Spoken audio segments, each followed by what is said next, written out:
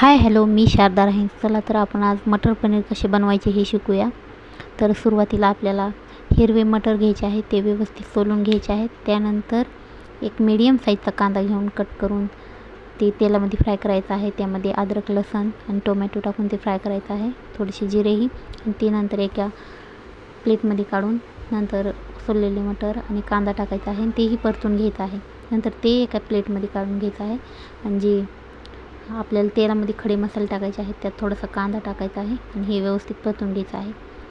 आणि जे मिक्सरमध्ये काढलेलं मिश्रण आहे त्यामध्ये थोडंसं दही टाकायचं आहे आणि ती पेस्ट कढईमध्ये टाकायची आहे. त्यानंतर मसाले घालून घ्यायचे आहेत आपल्याला.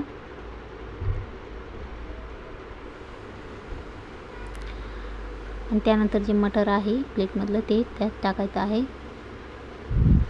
योग्य पाणी टाकायचं आहे आणि पाणी टाकल्यानंतर त्यामध्ये पनीर टाकायचं आहे आणि मीडियम आचेवर छान शिजू द्यायचं आहे. त्यानंतर थोडीशी कोथिंबीर टाकायची आहे आणि आपलं मटर पनीर तयार आहे.